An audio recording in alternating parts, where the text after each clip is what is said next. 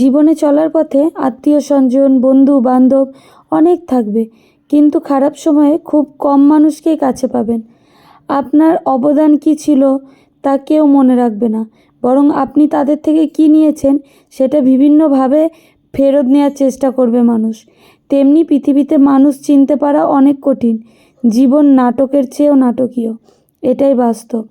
তো দেখো, আমি হসপিটাল থেকে বাড়ি আসার পর মা আমাকে স্নান করিয়ে দিচ্ছিল, আর ঠিক তার পরের দিনই ছিল আমাদের অ্যানিভার্সারি, 8ই মার্চ। তো সেদিনও আমি জানি না যে আমার জীবনের সাথে এত বড় একটা দুর্ঘটনা ঘটে গেছে। আমি জানতাম সব কিছুই ঠিক আছে।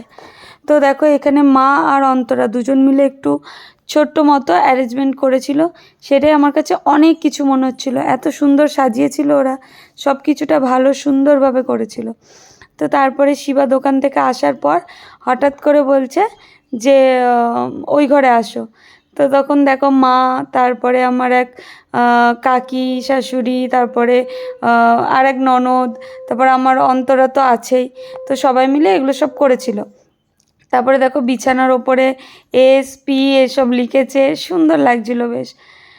তো এটাই বলার যে আলটিমেট কেউ কারণ না, নিজের জীবন নিজেকেই বেছে নিতে হবে যে তুমি কিভাবে বাঁচতে চাও। তখন আমি ভাবছি, আমাকে সবাই বলেছে যে কালকে মানে বেবিটাকে হয়তো ডিসচার্জ করবে।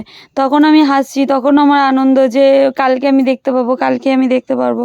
আমার পরিবারের সবাই জানে, কিন্তু সবাই কতটা বুকে পাথর রেখে আমার সামনে হাসছিল সেগুলো তো আমি পরে রিয়েলাইজ করছি। ভিডিওগুলো দেখছি, এডিট করতে গিয়েও কষ্ট হচ্ছে যে তাহলে বলো যে ওরা আমার জন্য এতটা হাসি মুখে যদি থাকতে পারে, তাহলে আমি ওদের জন্য কেন হাসি মুখে থাকতে পারবো না? আমাকেও হাসি মুখে থাকতে হবে। শিবাকে দেখো, ও কতটা বুকে পাথর রেখে আমার মানে কেক কাটিং করছে। আমি তো কিছু জানি না, আমার তো আনন্দ। ও তো সব কিছু জানে, ও সব কিছু জানার সত্ত্বেও যাতে আমি কিছু না বুঝতে পারি, আমার সেলাইটা মানে সেলাই তো না, পেস্টিংটা যাতে কোনো অসুবিধা না হয়, আমি কান্নাকাটি করলে ওটা তো খুলে যাওয়ার ভয়, কোনো কিছু যাতে অসুবিধা না হয়, সেই জন্য এত হাসি মুখে আছে ও আমার সামনে, মানে ছিল আর কি। তো তারপরে আমি যখন জানতে পারলাম, তার পরের দিনই আমাকে জানিয়ে দিল।